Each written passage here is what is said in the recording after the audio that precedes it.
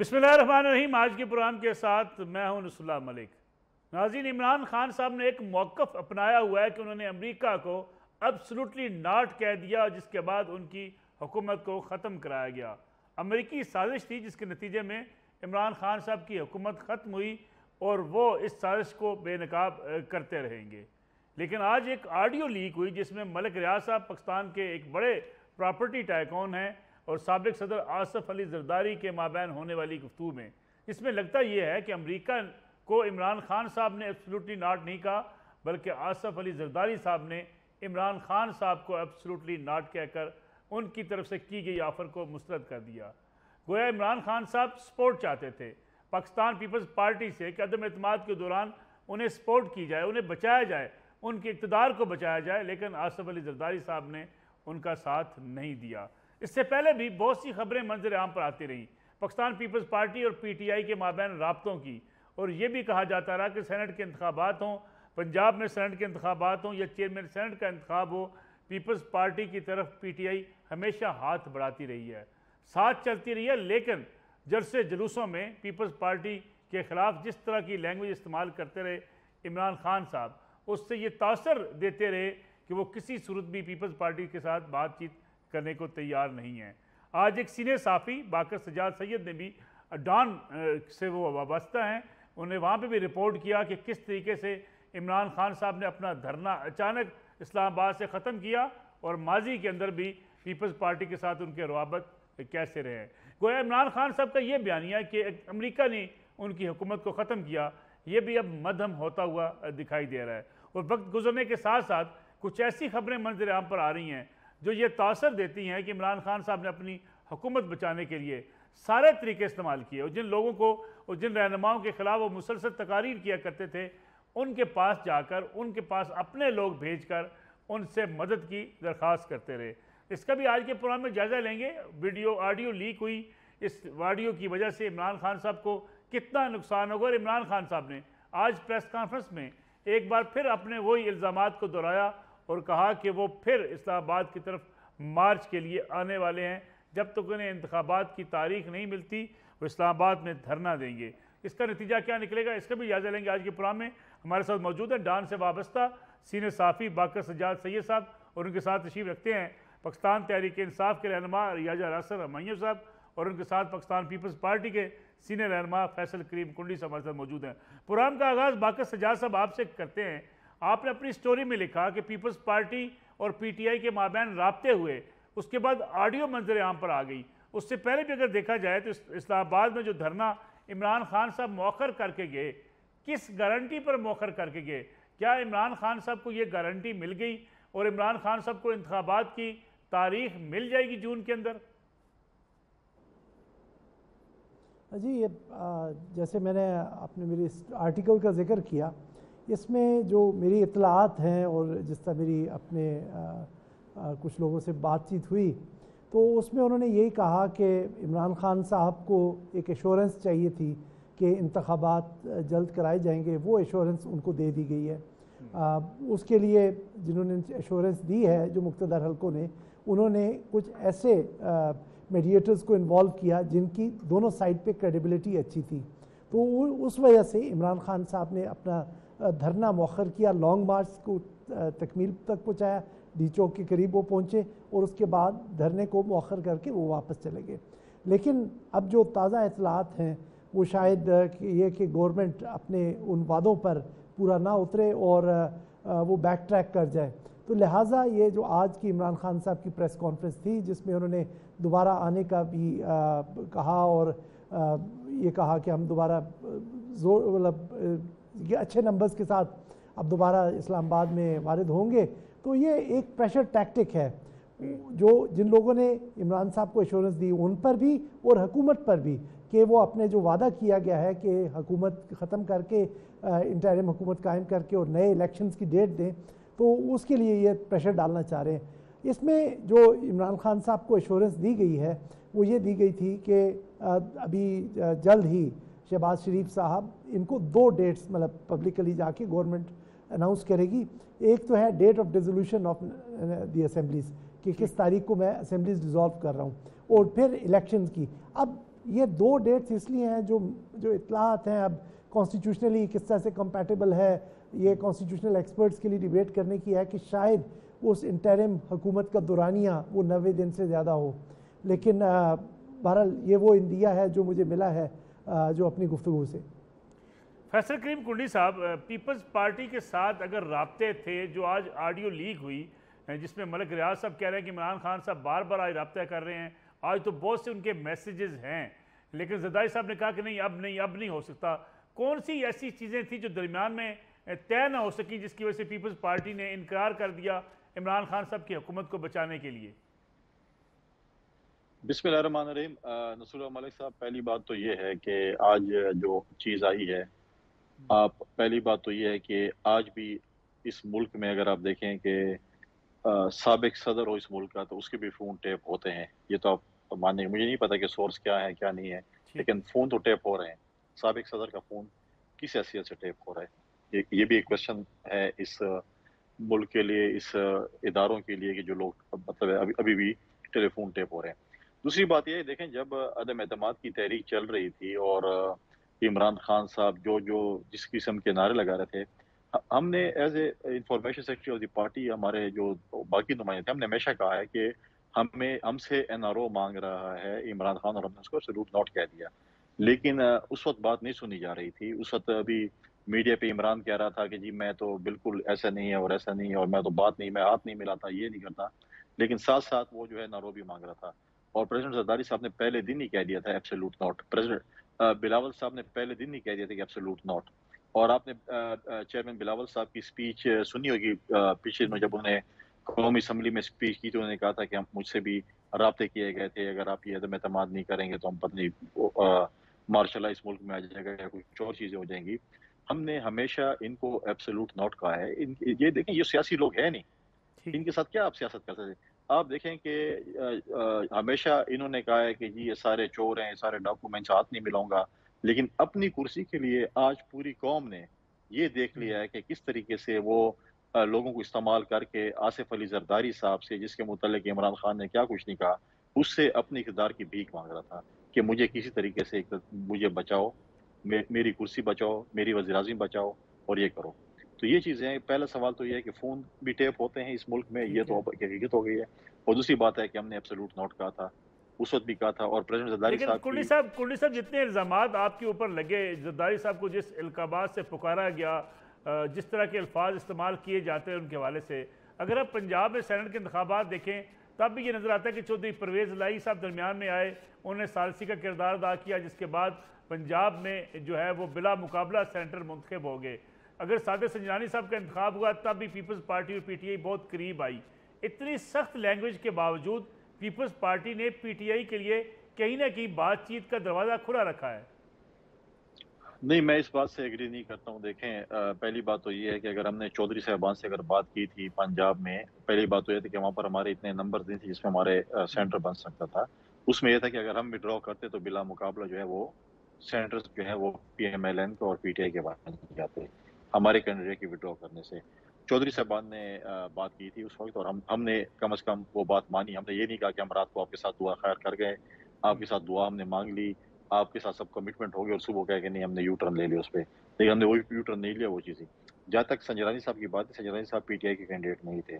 संजरानी साहब जो हैं वो उनकी बलूचिस्तान अवामी पार्टी कैंडिडेट थे। उस पर ये फैसला हुआ था कि बलूचिस्तान अवामी पार्टी के जो हैं वो बनेंगे अपना चेयरमैन सेनेट, और deputy chairman senate Imran Khan ने खुद, हमने ये नहीं कहा था कि हम पीटीआई को वोट दे रहे हैं चेयरमैन सेनेट के लिए, हमने बलूचिस्तान अवामी पार्टी को दिया था। लेकिन आपने सुना होगा कि इमरान खान ने कहा था कि मैं डिप्टी चेयरमैन सेनेट के लिए जो है पाकिस्तान पीपल्स पार्टी को वोट दे रहा हूँ। आज भी इमरान खान साहब को जो है मोहतरमा बेनज़ीर भुट्टो शहीद, और वो लोग याद आ रहे थे, पेशावर में एक प्रेस कॉन्फ्रेंस कर रहा था, आपने भी सुना था। कभी उनको भुट्टो साहब याद जाते हैं। यही लोग कहते थे कि भुट्टो कहाँ जिंदा है, हम कहते हैं भुट्टो साहब का नजरिया जिंदा है, शहीद ज़ुल्फ़िकार अली भुट्टो का नजरिया जिंदा है। और आज साबित हो गया कि शहीद ज़ुल्फ़िकार अली भुट्टो का जो नजरिया जो है वो जिंदा है, क्योंकि आज हर वक्त जो है इमरान खान साहब को जो है वो भुट्टो और बेनज़ीर भुट्टो याद आती है। मैं वापस आता हूँ आपकी तरफ फैसल करीम कुंडी साहब। राजा यासर हुमायूं साहब, पीपल्स पार्टी के बारे में जो कुछ आप कहते हैं, इतनी सख्त जुबान इस्तेमाल करते हैं, चोर डाकू से नीचे आप बात नहीं करते, लेकिन उसी आसिफ अली जरदारी साहब से आप मदद भी मांगते हैं अपनी हुकूमत बचाने के लिए। अदम एतमाद के दौरान आप उनके अप्रोच भी करते हैं, सालस भी दरमियान में डालते हैं, अपने राब्ते बहाल भी रखते हैं? बिस्मिल्लाहिर्रहमानिर्रहीम। मलिक साहब, ये जो आप कॉल का हवाला दे रहे हैं, ये इसमें खान साहब की तो बात नहीं हो रही ना, मलिक रियाज साहब बात कर रहे हैं जरदारी साहब से, और इसकी जो ऑथेंटिसिटी है वो उसकी क्या गारंटी है कि ये ऑथेंटिक है? तो इस पे मैं मफरूजे पे बेस करके क्या बात करूं आपसे कि, और वो जिस तरह अभी कुंडी साहब ने कहा कि साबका सदर की कॉल्स टेप की जाती हैं, तो कौन टेप कर रहा है, किन मकासद के लिए कर रहा है? मेरा ख्याल है उस पर बात कर रहे हैं तो बेहतर है। मुझे तो नहीं लगता कि ये इस कॉल की मैं इसको ओनरशिप दूं। और इसमें कौन सा कोई खबरें तो मंजर आम पर पहले से आ चुकी थी। अभी बाकर सजाद साहब भी मतलब मौजूद है, आर्टिकल सुबह लिखा, दोपहर के बाद ऑडियो टेप जो है वो सामने आई। ये खबरें तो पहले से हैं कि पीपल्स पार्टी के साथ राब्ता किया गया था, पीपल्स पार्टी ने इनकार कर दिया था इमरान खान साहब को। देखिए, ये तो जब तक खबरें तो खबरें होती हैं, खबरों पे मैं क्या तबसरा करूं? बात जो असल करने वाली है वो मैं जरूर करूंगा, और हमेशा आपके प्रोग्राम में मैं रेगुलर आता हूं, और वो ये है कि और मैं आपके प्रोग्राम में पहले भी करता रहा हूं कि पीपल्स पार्टी का स्टैंड हमेशा नून लीग से फर्क ही रहा है वर्ल्ड पॉलिटिक्स के बारे में। जब CPAC का आपको पता है कि पीपल्स पार्टी ने साइन किया था, और उससे पहले जो रोल मोहतरमा बेनजीर भुट्टो का रहा या जुल्फिकार अली भुट्टो साहब का रहा, ये कुंडी साहब बिल्कुल गलत कह रहे हैं कि हमने उनको कभी लीडर नहीं माना। इमरान खान साहब तो हमेशा से, मैंने जब ज्वाइन की थी PTI तो तब से भुट्टो को लीडर कहते थे और मानते थे, और हमारा तो जो बातें शहीद जुल्फिकार अली भुट्टो के बारे में जो कुछ की जाती रही और जो बीबी के बारे में की जाती रही, वो तो हमेशा नून लीग करती रही। हाँ, ये डेफिनेटली बात बिल्कुल दुरुस्त है कि आसिफ अली जरदारी साहब पे जो करप्शन के चार्जेस, केसेस और जो रेप्यूटेशन उनकी डेवलप हुई हुई है, उसकी वजह से जो पंजाब में पीपल्स पार्टी का वोटर था वो दूर हो गया पार्टी से। और खान साहब भी बेसिकली एक पॉइंट में ये भी कहते रहे कि पीपल्स पार्टी से तब बात हो सकती है अगर बिलावल साहब आ जाएं और जरदारी साहब से बात नहीं होगी। तो वो एक उनका स्टैंड हमेशा रहा है और वो है, इसमें तो कोई दो राय नहीं है। लेकिन बहरहाल अगर कोई इंटरनेशनल पॉलिटिक्स में मुल्की मफादात की बात हो तो पीपल्स पार्टी, हम हमेशा ये कहते रहे, मैं कहता रहा हूँ आपके प्रोग्राम में कि पीपल्स पार्टी का स्टैंड जो है उसको हमेशा हमने अप्रिशिएट किया है, और अभी भी हम ये सोच रहे हैं, और PTI में बहुत सारे लोग सोचते हैं कि बड़ी हैरत की बात है कि जिस जुल्फिकार अली भुट्टो को अमेरिका की साजिश के जरिए ही हटाया गया, और जो बीबी की शहादत है उसमें भी जिस तरह फॉरेन पावर्स की इन्वॉल्वमेंट थी, और उस पार्टी के जो डिसेंडेंट्स हैं वो गैर मुल्की ताकतों का साथ दें। तो हम हमेशा मतलब हमारे लिए एक हैरत की बात है, जम्बे की बात है कि किस तरह पीपल्स पार्टी। लेकिन राजा साहब, यही तो सवाल पैदा होता है ना कि एक तरफ आप कहते हैं कि अमेरिकी साजिश थी, दूसरी तरफ मलिक रियाज साहब कह रहे हैं कि आप सारा दिन उनको मैसेज करके अदम एतमाद से बचने के लिए जरदारी साहब से मदद मांग रहे थे। सॉरी मलिक साहब, मेरा ख्याल लाइन ड्रॉप हो गई। राज साहब के साथ हमारा राब्ता मुनक़ते हुए, एक ब्रेक लेते हैं, ब्रेक से वापस आएंगे। यही सवाल रखेंगे अपने मेहमानों के सामने कि अगर अमेरिकी दबाव था, अमेरिकी साजिश थी, तो फिर पाकिस्तान तहरीक इंसाफ राब्ते करने की कोशिश क्यों करती रही? इस पर बात करेंगे ब्रेक के बाद।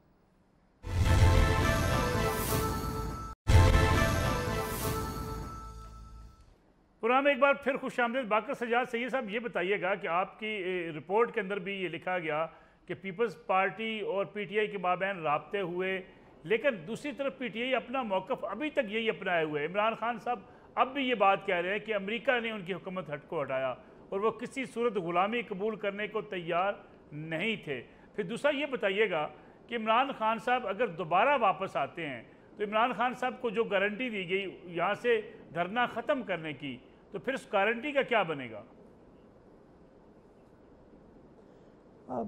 मलिक साहब, जहाँ तक आपने जो पहला आपका सवाल है कि जो पीपल्स पार्टी के रवाबित और इस बयानिए का जो एवोल्यूशन है जो कि अमेरिका की कॉन्स्पिरेसी का, वो कुछ इस तरह से है। मैं पॉलिटिशियंस की तरह से दोनों को फौरी तौर पे लिंक नहीं करूँगा, लेकिन ये साथ साथ चले कि 7 तारीख को ये केबल आती है, 8 को इनका जो नो कॉन्फिडेंस का मोशन आता है।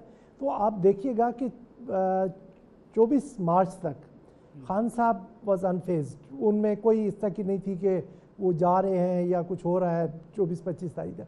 ये जो 23-24 तारीख तक इनकी जो पीपल्स पार्टी से थे रवाबित, जो मेरी मतलब इतलात के मुताबिक हैं और जिनकी तस्दीक दोनों साइडों ने बैकग्राउंड मीटिंग्स में की है, क्योंकि जब मैंने स्टोरी की है तो मैंने इसका अपने आर्टिकल में भी जिक्र किया कि पीपल्स पार्टी ने भी कंफर्म किया और दूसरी साइड ने भी कंफर्म किया कि ये रवाबित हुए थे।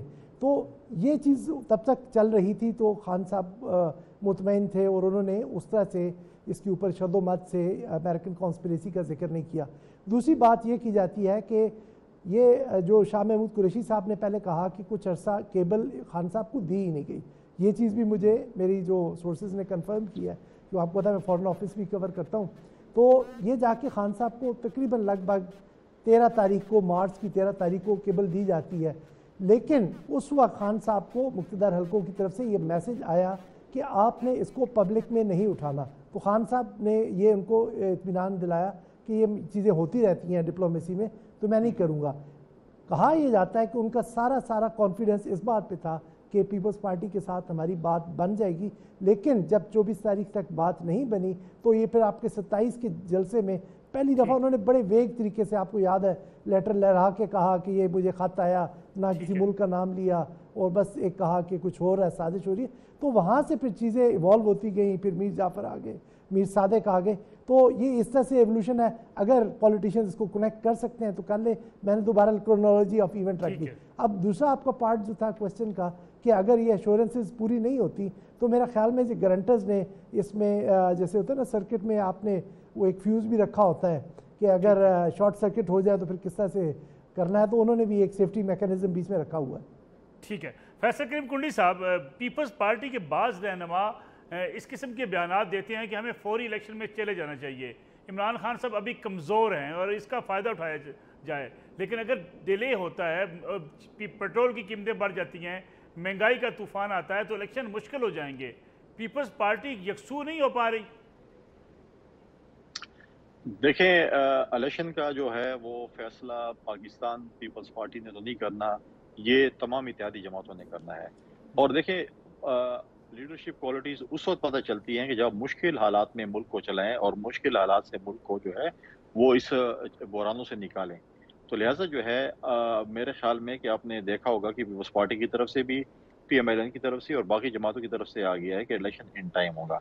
मैं एक बात करना चाहता हूँ जो बाक़िर साहब बात कर रहे थे, दो चीज़ें हैं। एक बात तो है कि गालिबन मेरे PTI के भाई कह रहे थे कि जी ये तो जो है हमारा तो उसके साथ वास्ता ही नहीं है, ये तो मलिक साहब और जरदारी साहब की शायद कोई लीक है। ये तो किसको पता नहीं है कि मलिक साहब और इमरान खान साहब का क्या ताल्लुक है। और अभी रिसेंटली एक और चीज़ सामने आई है जो यूके वाली सामने आई है कि यूके में जो चीज़ हुई थी। तो देखें, अब प्रॉब्लम ये है कि एक केबल आती है 7 तारीख को, ठीक है, 7 तारीख को आती है, और आप मुझे बताएं कि एक मुल्क के बकौल इनके एक मुल्क के वज़ीर-ए-आज़म के खिलाफ साजिश होती है और उस साजिश को छुपाकर और आप एक इंफॉर्मेशन शेयर नहीं होती, तो ये भी मैं समझता हूं कि आप अपने आइन से गद्दारी कर रहे हैं। और ये चीजें जो है उस जब आपके ऊपर एतमाद आ जाती है, फिर आप कहते हैं कि यार ये तो, और ये चीजें भी देखनी पड़ेंगी कि केबल क्यों नहीं शेयर हुई, अपने वो इंफॉर्मेशन आपके अपने सिक्योरिटी एजेंसीज को क्यों नहीं दी कि एक वज़ीर-ए-आज़म के खिलाफ साजिश हो रही है, कि आपने अपनी सियासत के लिए इस्तेमाल किया उस चीज को। तो ये चीजें, न ये कोई मदाखलत थी, न ये साजिश थी, ये एक हकीकत थी कि इमरान खान साहब अदम एतमाद के जरिए गए। और ये पाकिस्तान पीपल्स पार्टी ने के चेयरमैन बिलाल भुट्टो जरदारी साहब ने हमेशा ये बात की थी कि हम जमहूरी तरीके से इस हुकूमत को गिराएंगे। और जब हमने लॉन्ग मार्च शुरू किया था, हमने यही कहा था कि या इस्तीफा दो या अदम एतमाद का सामना करो और घर जाओगे। और हमने जमहूरी और आईन तरीके से हटाया। और ये अब तो कहेंगे कि मैं अमेरिका के खिलाफ था और मैंने अमेरिका, ठीक। फिर आपने जो अमेरिका के साथ मीटिंग की, आपने भी रिसेंटली CNN को इंटरव्यू दिया, आपने क्यों ये चीजें नहीं होती? ये चीजें कहना कि मुझे अमेरिका ने कर दिया, ये ठीक है, प्लेइंग टू द गैलरीज हो सकता है। अब आप एक प्रॉब्लम ये है, आपने लॉन्ग मार्च भी किया, कोई गारंटी वारंटी नहीं है। इन्होंने H9 में वादा किया था इनके लोग H9 से आगे नहीं आएंगे, और ये H9 से आगे आए। ये जो है उन्होंने अपना जो है जो सुप्रीम कोर्ट में कहा था कि हम नहीं आएंगे, आए, उन्होंने उसको तोड़ा और उसके बाद जो है इनको वापस। अब मुझे बताएं कि इन्होंने हमें क्या क्या लबकार नहीं दिए थे। कह रहे थे ये 3 चूहे हैं, फलाए हैं। आज खुद इमरान खान चूहा बंद कर पेशावर में बैठा है। उसको बोलो जुरत करो इस्लामाबाद बैठो, जुरत करो लाहौर जाओ, क्यों CM हाउस में छुपे बैठे हो? तुम क्यों जो है ये प्रोटोकॉल लेते हो? बाकियों को तुम इल्जामात लगा देते। अब खुद चूहा बंद के इनकी लीडरशिप सारी CM हाउस में टैक्स पेयर के पैसों पे हेलीकॉप्टर भी उड़ा रही है, टैक्स पेयर के पैसे भी खर्च कर रही है, और अब बैठे हुए पेशावर में। अब एक राना नसरुल्लाह से ये डर रहे हैं कि यार कुछ ऐसा न हो कि हमें कोई गिरफ्तार न कर ले। लीडर गिरफ्तार होते हैं, आपने पॉलिटिकल विक्टिमाइजेशन की है माजी में, लेकिन हम पॉलिटिकल विक्टिमाइजेशन नहीं करेंगे, लेकिन हिसाब किताब जरूर लेंगे। बिल्कुल ठीक है। राजा यासर साहब, बड़ा वैलिड सवाल है कुंडली साहब का कि टैक्स पेयर का पैसा है, हेलीकॉप्टर पर KPK का इस्तेमाल करते हैं, KPK हाउस इस्तेमाल करते हैं, वज़ीर आला हाउस इस्तेमाल करते हैं पार्टीज़ के अपने इजलासों के लिए। यही इमरान खान साहब का मौक़िफ़ था कि किसी सूबाई हुकूमत के वसाइल को पार्टी लीडरशिप को इस्तेमाल नहीं करना चाहिए। मियाँ नवाज शरीफ एक बार आए 90 शाहराह कायद-ए-आज़म लाहौर में, इमरान खान साहब ने कड़ी तनकीद की थी कि किस हैसियत से वज़ीर आला हाउस में आकर बैठे हैं नवाज शरीफ साहब। देखिए जी, इस वक्त तो एक सिचुएशन ऐसी इमरजेंसी है कि पंजाब में तो राना सनाउल्लाह ने एक तरह से पुलिस गर्दी शुरू की हुई है, और मेरा ख्याल है कि खान साहब को यहाँ पे रहना तो इंतहाई खतरनाक है, क्योंकि जो राना साहब के अज़ाइम है वो तो बिल्कुल ठीक नहीं लगते। जाहिर है उनको पर्सनल वेंजेंस भी है, सारे प्रॉब्लम्स हैं। तो जहाँ तक कोई बईद नहीं है, पहले भी वो बड़े लोगों को कत्ल करा चुके हैं, तो उनसे कुछ भी तवक्को की जा सकती है। और जिस तरीके से उन्होंने ब्रूटल तरीके से अभी ऑपरेशन किया पंजाब में, मैं उसकी तो मिसाल पहले मैंने तो एटलीस्ट नहीं देखी। इवन ज़ियाउल हक के दौर में जब मार्शल लॉ था तो हम लोग पीपल्स पार्टी में होते थे, आज तक कभी, मुझे ये पता है कि हमारे घर पे आज तक झंडा पीपल्स पार्टी का उतरा नहीं। 11 साल आज तक हमारे घर में पुलिस दाखिल नहीं हुई। अगर किसी को गिरफ्तार करने की कोशिश की गई तो घर से बाहर की गई। ये पहली दफा हुआ। अभी इवन 2014 में भी जब हम PTI में था तो एटलीस्ट पुलिस को ये इंस्ट्रक्शन थी कि किसी की चादर और चारदीवारी का जो है तकद्दुस पामाल नहीं करना, क्योंकि बहरहाल चौधरी निसार एक अच्छे खानदान के आदमी थे। लेकिन अब तो हालात ये थे कि लोगों के घरों में पुलिस घुसी, औरतों को जाके मर्द पुलिस ने गिरफ्तार करने की कोशिश की, और हमारे घर में जो कि चकवाल में एक जनरली लोग रिस्पेक्ट करते हैं, वहाँ पे पहली दफा पुलिस एंटर हुई बगैर किसी वारंट के, बगैर किसी के, और एंटर हो गई। खैर एनीवे इस बात पे मैं नहीं जाता। मैं सिर्फ ये बात करना चाह रहा हूँ कि इस वक्त जो सिचुएशन है वो और इतनी वो डेंजरस बना दी गई है कि मैं समझता हूँ कि खान साहब को बिल्कुल अपनी प्रोटेक्शन का ख्याल रखना चाहिए। और ये बात हमने उस वक्त शहीद बीबी को भी समझाई थी कि वो जब पहली दफा अटैक हुआ तो दूसरी दफा ना आए, लेकिन अनफॉर्चुनेटली वो भी वाकई, वो तो पाकिस्तान लेकिन राजा साहब H9 पार्क अगर आपको जगह मिलती है, अब वहाँ पे जलसा करें, धरना दें, अभी अब सुप्रीम कोर्ट जाने की बातें कर रहे हैं, वायलेशन क्यों करना चाहती है PTI? नहीं, हम तो ओरिजिनली जो कॉल थी इस धरने की वो थी उधर कश्मीर हाईवे के ऊपर, तो डीजो का खान साहब ने ऐलान कर दिया। मौलाना फजलुर रहमान ने, वो तो बाद में जब हालात एस्केलेट किए गए तो हमने चेंज किया उसको बात को। ओरिजिनली तो यही प्लान था कि वो जो जिस जगह मौलाना फजलुर रहमान बैठे थे वहीं जाके हमने बैठना है, हमें भी यही इंस्ट्रक्शन। अभी दोबारा चले प्रोग्राम मुझे वाइंड अप करना। राय साहब दोबारा कहाँ जाएंगे? डी चौक में आएंगे, H9 पार्क में आएंगे, सुप्रीम कोर्ट से मदद तलब करेंगे, क्या करेंगे? देखिए जी, हम पुरअमन एहतजाज करना चाहते हैं, ये हमें कंटेनर्स ना लगाएं, गिरफ्तारियां ना करें, और जो डेमोक्रेसी में है कि पुरअमन एहतजाज की अपनी पावर शो करें। नहीं होगी, खान साहब 10 दिन बैठेंगे, 20 दिन बैठेंगे, उठ जाएंगे, जो भी करेंगे, लेकिन एक डेमोक्रेटिक तरीका होना चाहिए। ये जो पुलिस गर्दी है ये बंद होनी चाहिए। कुंडी साहब आने देंगे H9 पार्क तक PTI को? देखिए आने देते, वो राणा सनाउल्लाह है। देखिए अच्छा जी, पीपल्स पार्टी का रवैया नरम है कुंडी साहब?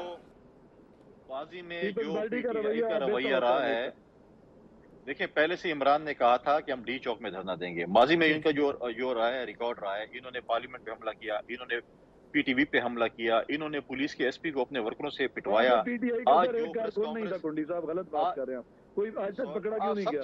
वो तो सारी दुनिया देख रही थी, सारी दुनिया देख रही थी जुनेजो के साथ क्या किया आपके लोगों ने। PTV पे हमले आपने किया, पार्लियामेंट पे आपने हमले किया। जो माजी का रिकॉर्ड था, इन्होंने हमेशा स्टेट बिल्डिंग पे हमले किए। हम ये नहीं चाहते कि दोबारा ऐसी चीजों, और फिर वहां पर पुलिस कार्रवाई करती, फिर आप लोग कहते हैं कि देखें पुलिस कार्रवाई कर रही है, ये करें। कभी भी इन्होंने हमेशा अपने वादे खिलाफ वर्जी की है। मैं नहीं समझता कि ऐसा कुछ हो सकता है कि इनको हम धरना तो ये दे नहीं सकते। ये तो ऐसे कहते कि हमें तरीका मिल जाए। हमने जब हम आए थे, हमने कहा था हम जलसा करके डिस्पर्स हो जाएंगे। इन्होंने ये वादे नहीं किए थे। इन्होंने आज भी, इनके जो लोगों ने वादा किया था H9 से हम आगे नहीं आएंगे, इन्होंने खिलाफ वर्जी की। बहुत मुश्किल है कि अब जो है हम इनकी बात पे यकीन रखें।